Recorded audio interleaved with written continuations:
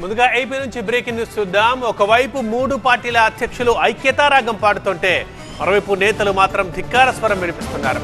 ఉత్తరాంధ్ర జిల్లాల్లో ఇంకా కొందరు టీడీపీ అసంతృప్త నేతలు బెట్టు వీట్టం లేదు. చంద్రబాబుపై అరకు ఇన్ఛార్జ్ దొన్ను దొర తీవ్ర విమర్శలు చేశారు. చంద్రబాబుని నమ్మొద్దని కార్యకర్తలు తీర్మానించారని స్పష్టం చేశారు. తన కోసం చావడానికైనా చంపడానికైనా కార్యకర్తలు సిద్ధంగా ఉన్నారంటూ సంచలన వ్యాఖ్యలు చేశారు. అటు పాడేరు టీడీపీలో కూడా అసమ్మతి కొనసాగుతోంది. టీడీపీ రెబల్గా బరిలోకి దిగుతారని స్పష్టం చేశారు గిడ్డి ఈశ్వరి.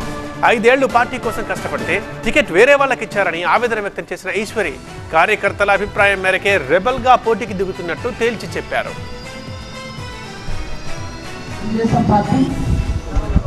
ఏం తప్పు చేస్తామో ఈ రోజు వరకైనా కనీసం ఒక మాట మాట్లాడలేదు. నేను ఒకటే అడుగుతున్నాను, ఎందుకు టికెట్ ఇవ్వలేదు? ఒక్క కారణం చెప్పండి, ఒకే ఒక కారణం చెప్పండి. ఎందుకు ఇలా జరిగింది? మేడం గారికి ఇవ్వాలి, ఇస్తే మేమంతా వన్ సైడ్ గెలిపిస్తామని పాపం మీరు పడుతున్నటువంటి ఈ ఆరాటానికి నాకు తెలిసి ఇది మన ఆరాటంగానే పోరాటంగానే మిగిలిపోయిందని నేను భావిస్తున్నాను.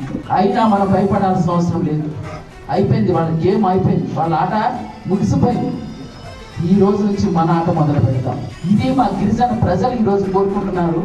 ఖచ్చితంగా వాళ్ళందరి కోరిక మేరకే నేను ఇండిపెండెంట్గా పోటీ చేస్తున్నాను. నాకు నమ్మకం ఉంది, మనమంతా గెలుస్తామని, గెలిచి తీరుతామని. వస్తే కొండ వస్తుంది, లేదంటే పెట్టుకుంటాం.